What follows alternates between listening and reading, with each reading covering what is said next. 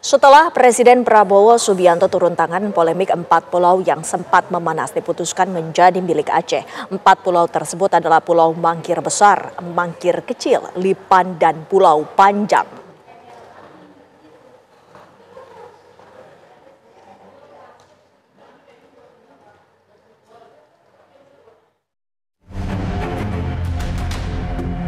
Isu sengketa kepemilikan 4 pulau yang awalnya berada di Provinsi Aceh lalu dialihkan ke Sumatera Utara akhirnya menemukan jalan keluar.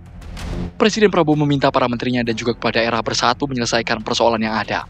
Hasilnya, berdasarkan kajian ulang baik aspek geografis, historis, hingga administratif, 4 pulau yakni Pulau Mangkir Besar yang dikenal sebagai Mangkir Gadang, Mangkir Kecil atau Mangkir Ketek, Pulau Lipan, dan Pulau Panjang tetap milik Aceh.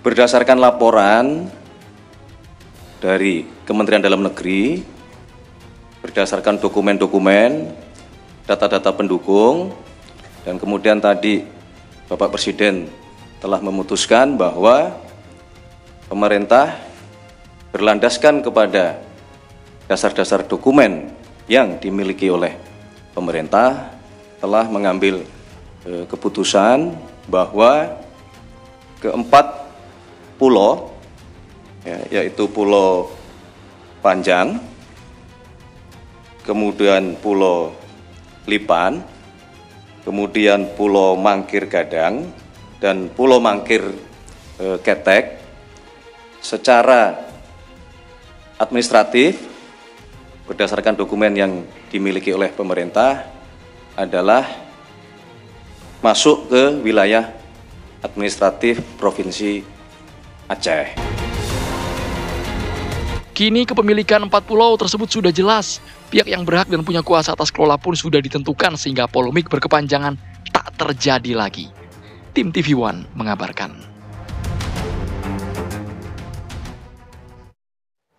Presiden Prabowo Subianto menginstruksikan jajarannya agar polemik 4 pulau diselesaikan dan diumumkan kepada masyarakat.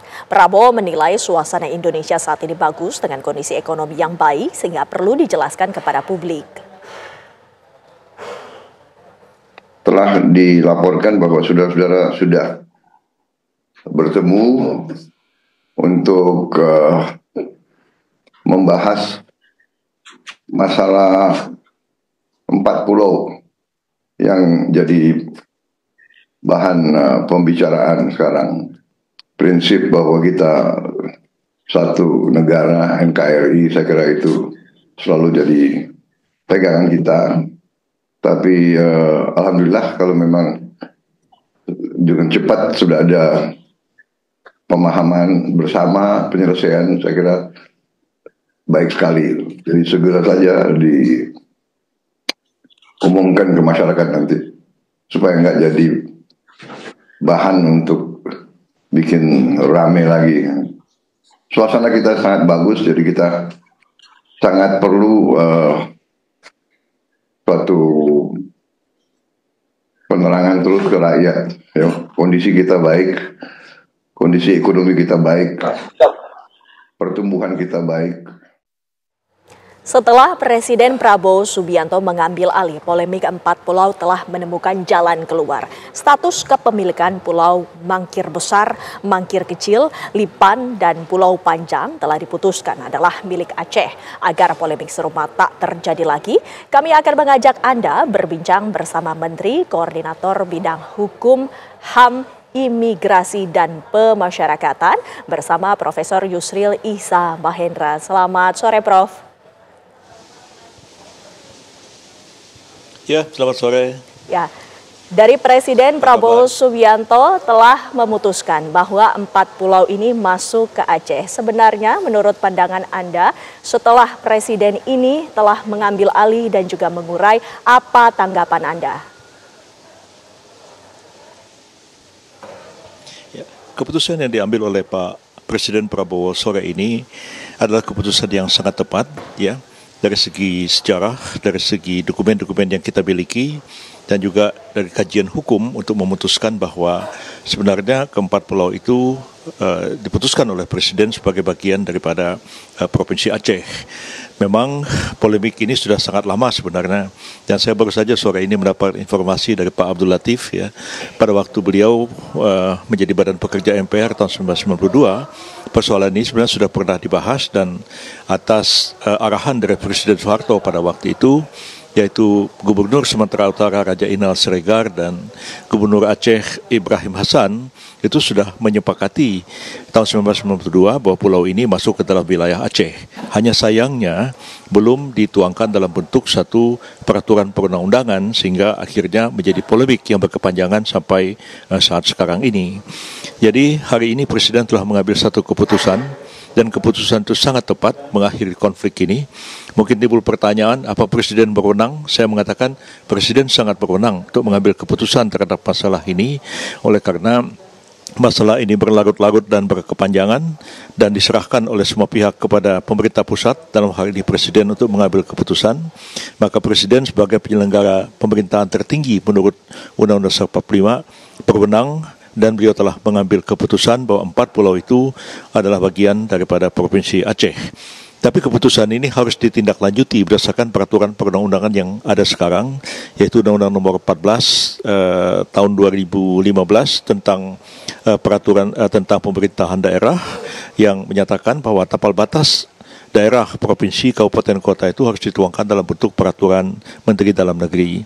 Jadi supaya kelalaian kita tahun 1992 dulu tidak terulang lagi, maka dengan keputusan Presiden sore ini, Pak Tito Karnavian sebagai Mendagri segeralah untuk menerbitkan peraturan Mendagri mengenai tapal batas antara Kabupaten Aceh Singkil di Provinsi Aceh dengan Kabupaten Tapanuli Tengah di Sumatera Utara, sehingga tapal batas darat dan laut antara kedua kabupaten itu menjadi jelas diatur dalam peraturan Mendagri, dan dengan demikian juga sekaligus batas antara Provinsi Aceh dan Provinsi Sumatera di kabupaten ini juga terselesaikan dengan baik, dan ada kepastian hukum sehingga tidak dapat dipermasalahkan lagi di masa-masa yang akan datang.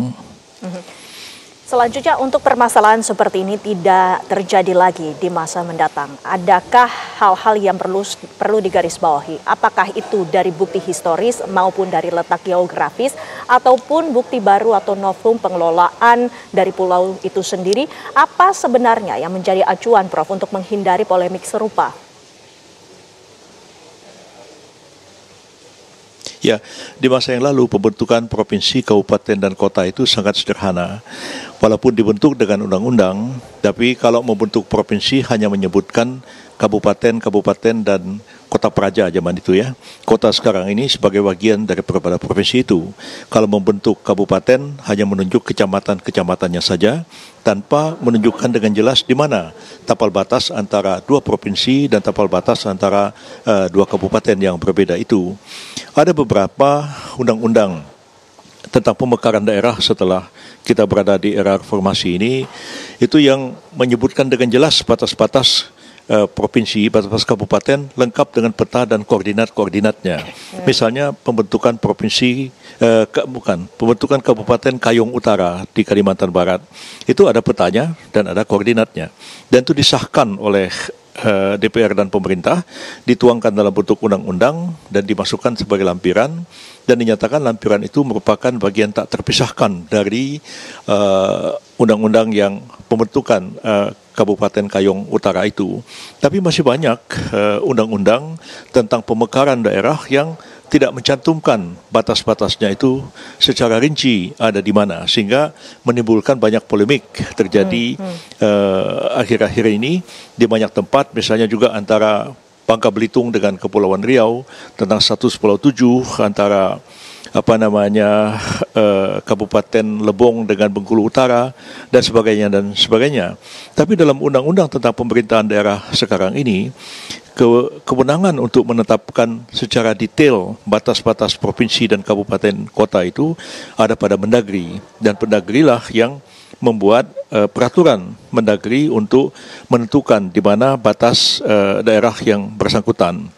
Yang kalau sudah ditetapkan menjadi mempunyai kekuatan hukum dan tidak bisa diapa-apakan lagi kecuali itu dibawa ke Mahkamah Agung untuk dilakukan judicial review. Tapi Mendagri tentu tidak sembarangan untuk menetapkan tapal batas itu, mengundang semua pihak, bahkan menyerahkan kepada kabupaten yang berbatasan itu dan provinsi yang berbatasan untuk menyelesaikan sendiri persoalan itu. Hanya sayangnya kadang-kadang tidak kunjung terselesaikan, lalu akhirnya mereka menyerahkan hal itu kepada pemerintah pusat. Jadi soal Aceh ini tahun 92 sudah ada kesepakatan itu antara Raja Inal Siregar, Gubernur Sumatera Utara, dengan Ibrahim Hassan, Gubernur Aceh. Cuman tidak dituangkan dalam bentuk satu peraturan perundang-undangan sehingga ada satu kepastian hukum dan belakangan kemudian dimasalahkan lagi. Jadi saran saya ke depan lebih baik kalau misalnya membentuk provinsi itu jelas-jelaslah dibawa ke DPR, undang-undang itu mencantumkan dengan jelas di mana koordinat batas antara kedua provinsi atau kedua kabupaten kota itu baik di darat maupun di laut. Kalaupun tidak, Mendagri harus sesegera mungkin membuat peraturan Mendagri untuk menetapkan tapal batas sehingga tidak berlarut-larut lalu kemudian menjadi masalah di kemudian hari. Prof, berkaca pada kasus yang berada di depan mata ini, 4 pulau yang sempat menjadi sengketa. Nah, apabila Presiden Prabowo Subianto, mungkinkah ternyata polemik ini akan semakin melebar dan juga meluas, Prof? Tidak, saya kira Pak Prabowo ini punya kewibawaan yang luar biasa besarnya dan bagi seluruh bangsa Indonesia, terutama bagi masyarakat Aceh ya. Saya tahu bahwa Gubernur Aceh Pak Mualim itu sangat respect kepada Pak Prabowo dan saya kira seluruh rakyat Aceh sangat menghormati Pak Prabowo dengan kewibawaan beliau yang begitu besar, maka keputusan yang beliau ambil ini insya Allah akan ditaati oleh semua pihak. Apalagi di Seknek hari ini Mualim hadir, Pak Muzakir Manaf hadir, lalu kemudian Pak Bobi juga hadir. Dan rakyat semua menyaksikan bahwa tokoh-tokoh ini bisa dengan cara damai menyelesaikan persoalan ini dengan sebaik-baiknya dan kemudian juga mematuhi apa yang telah diputuskan oleh Presiden.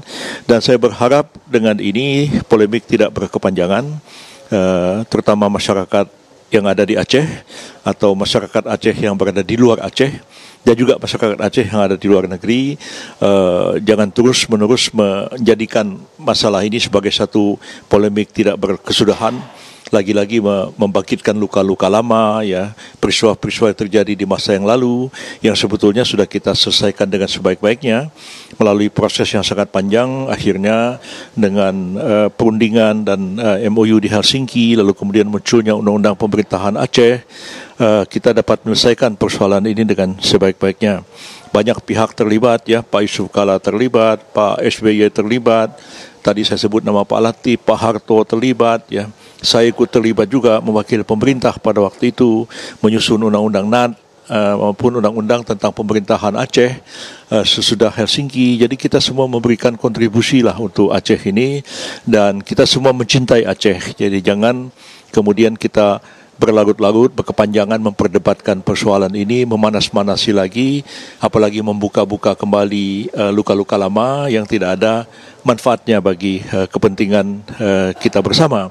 Jadi mari kita melihat ke depan ya. Sekarang ini pemerintah Aceh juga sudah bertemu dengan saya, baik wakil gubernur maupun Mualim juga untuk mendiskusikan tentang perubahan terhadap undang-undang pemerintahan Aceh yang ada sekarang terkait juga dengan perpanjangan bagi hasil antara pemerintah pusat dengan pemerintah Aceh terkait dengan migas dan sebagainya. Nah, kita dengan segala senang hati dan terbuka ya. Orang seperti saya ini tidak mungkin tidak bantu masyarakat Aceh, apalagi sampai berkhianat kepada orang Aceh itu tidak mungkin sama sekali ya. Guru saya dulu Osman Ralibi ya, Ismail Suni ya, bahkan saya dipesani langsung oleh almarhum Tengku Daud Bereh ya untuk senantiasa memperhatikan dan membantu rakyat Aceh. Dan saya kira jauhlah kalau ada kesan kami ini mau bikin susah orang Aceh itu, nggak ada pikiran seperti itu. Kami ingin Aceh damai, Aceh tetap menjadi bagian dari NKRI dan Aceh bersama-sama dengan kita membangun masa depan Aceh, membangun masa depan Indonesia seluruhnya. Baik, terima kasih Prof. Yusril waktunya bersama kami di Kabar Petang. Sehat selalu, selamat sore Prof.